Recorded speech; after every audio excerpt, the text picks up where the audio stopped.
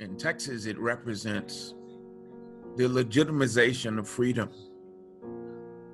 Not the idea that blacks were free, but the legitimization that freedom had arrived. It reminds us, Black Americans in Texas, that that's the day on which freedom finally came to people of African descent. And it's a moment of celebration. It was the day that enslaved people who found out that they were indeed free 2 years after the Emancipation Proclamation.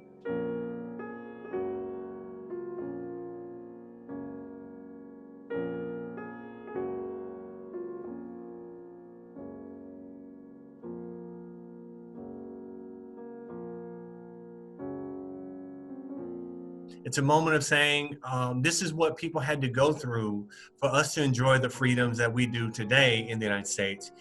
But on the same note, it's also a moment of slightly regret that it took so much death, so much struggle, so much hardship for people of African descent to gain the rights that had been promised to them in the Declaration of Independence. I'm from Arkansas originally, and in Arkansas, we didn't celebrate Juneteenth until about 30 years ago, when we started to hear about Juneteenth from Texas. So I have to confess that until I moved to Texas, I'd never heard of Juneteenth.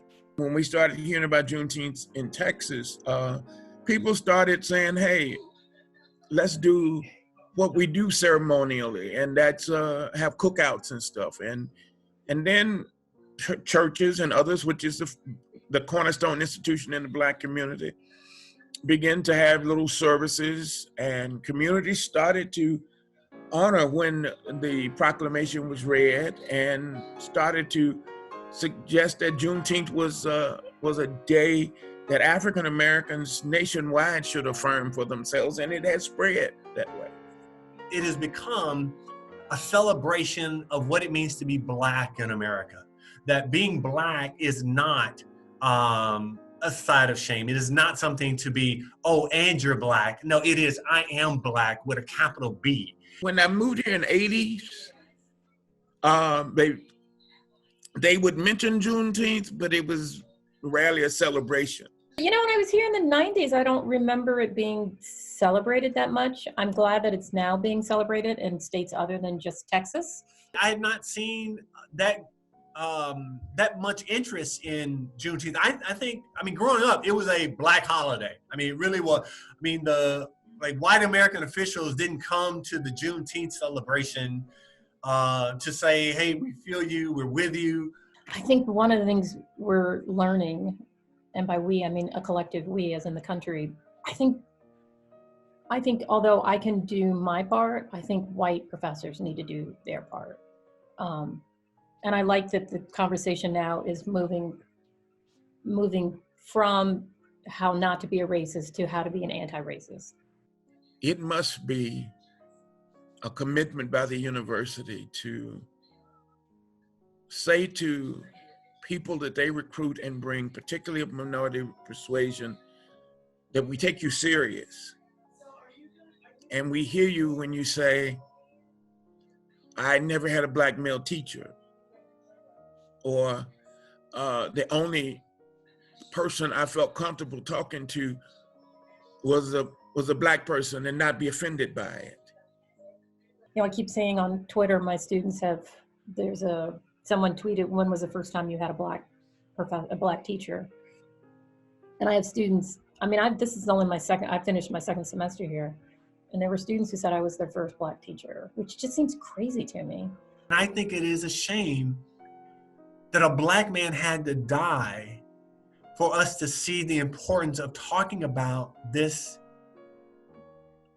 holiday, this historic event as a people outside of the Black community. I'm glad we're finally having a conversation about policing. Well, we're having another conversation about policing, and that maybe this time we will change how we police communities, because it's not working. We can't keep killing people.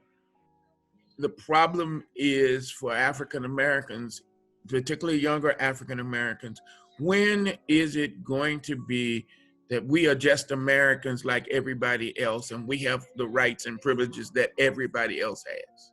I think a lot of people are hopeful that this is going to be different, that this time we really will see change. I heard someone else say that it's, and I feel this way too, that Black people were having one conversation with each other and that white people were having a different conversation, and that finally we're all having the same conversation, that white people are saying, oh my goodness, I didn't know. You've been telling us these stories and I just didn't know. I think we still have a long way to go to be a diverse and inclusive university as a whole. But what I like is we are making great strides in that direction.